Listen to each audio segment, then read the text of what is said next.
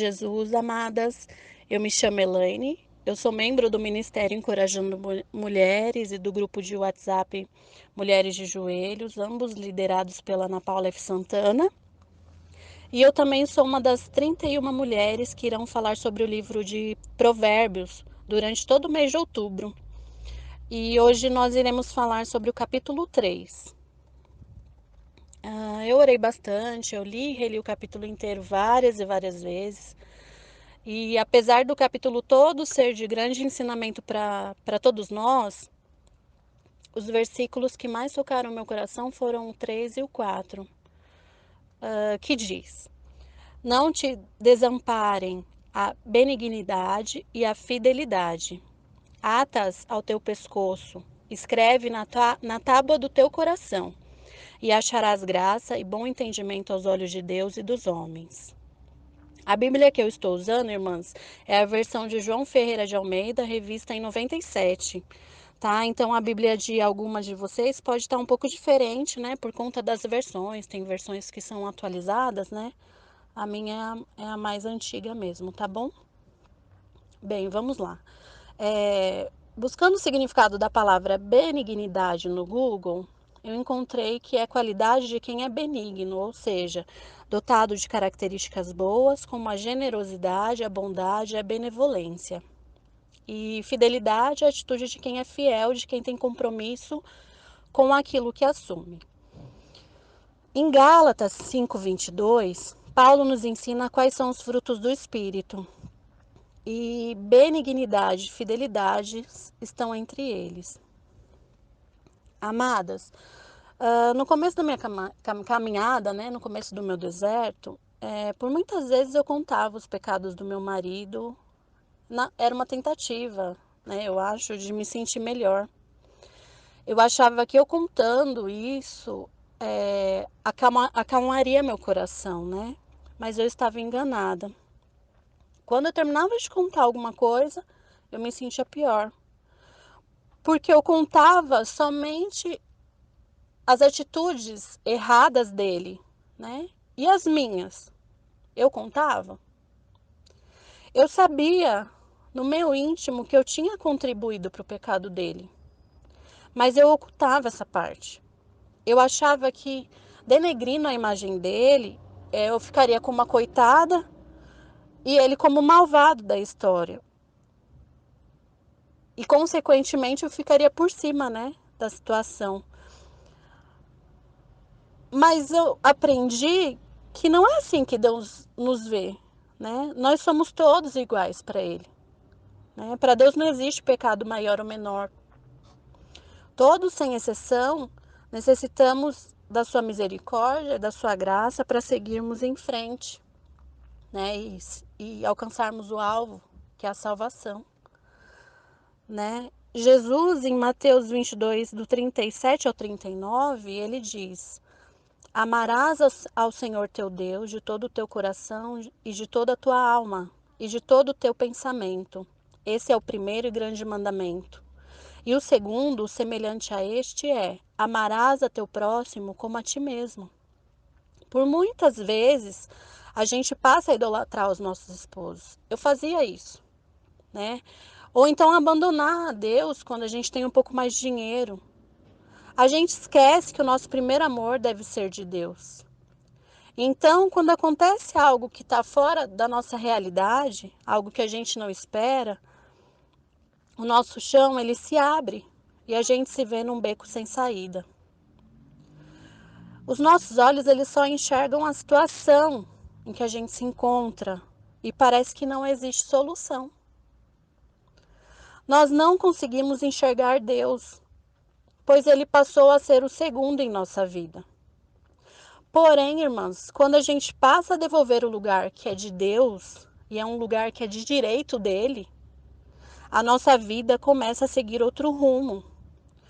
A fidelidade que se encontra lá no versículo 3 do capítulo 3 de Provérbios, passa a estar contida na tábua do nosso coração. É exatamente aquilo que Salomão diz. E o nosso fardo ele passa a ficar mais leve, porque a gente volta a enxergar Deus.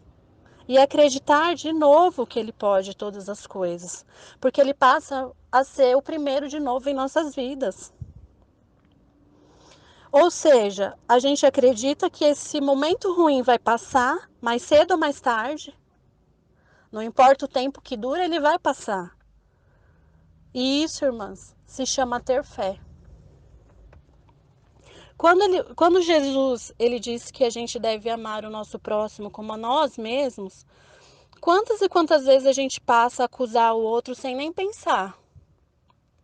Quando alguém para a gente na rua ou no nosso trabalho e pergunta como estamos, a gente nem responde como a gente está.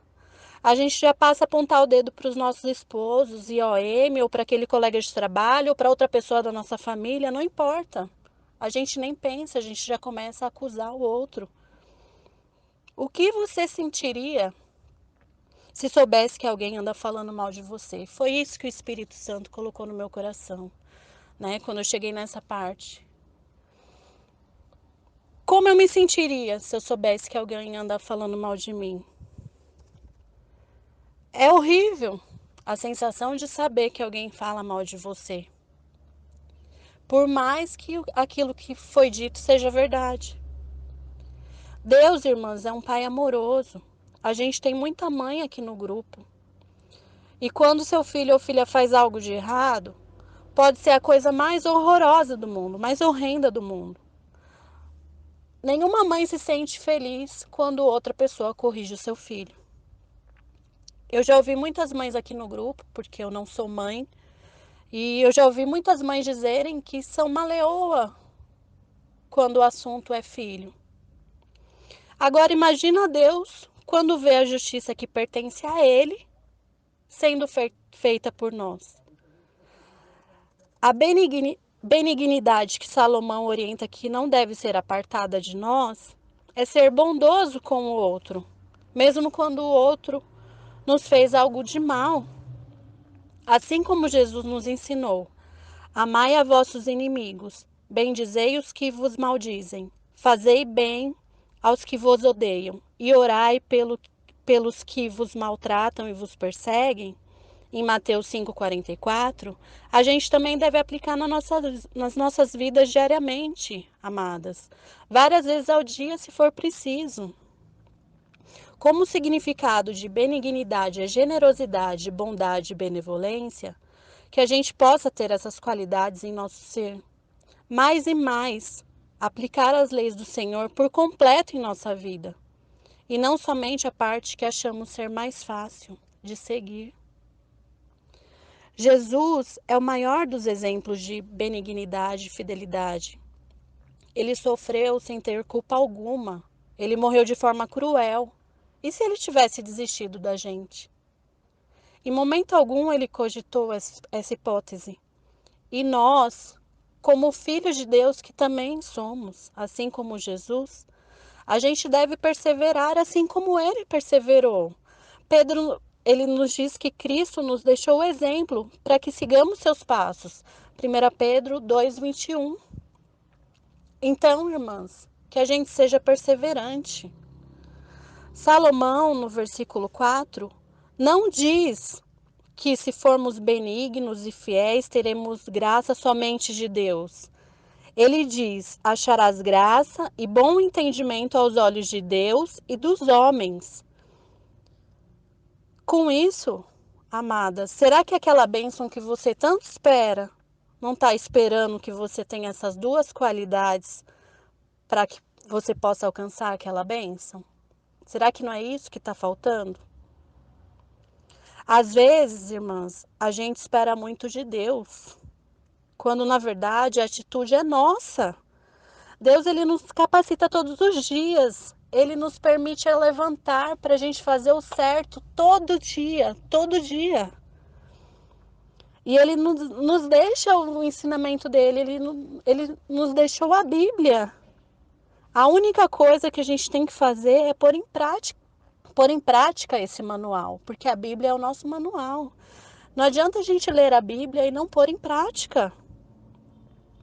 Então, irmãs, então, amadas, que nesse dia de hoje, essa palavra ela penetre fundo no seu coração, nos nossos corações, porque também está falando muito comigo, e ela possa nos guiar para o querer de Deus, que Ele é perfeito, amém? Nós somos imperfeitos, mas Deus, Ele não olha isso, né?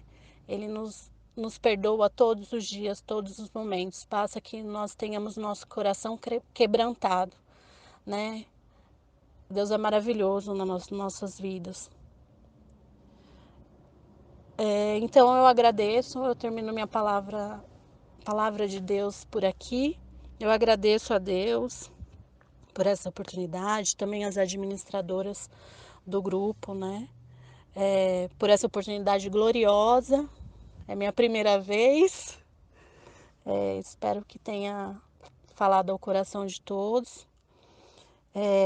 E que Deus abençoe grandemente quem ouvir esse áudio. Fiquem com Deus. Um beijo grande no coração de todos.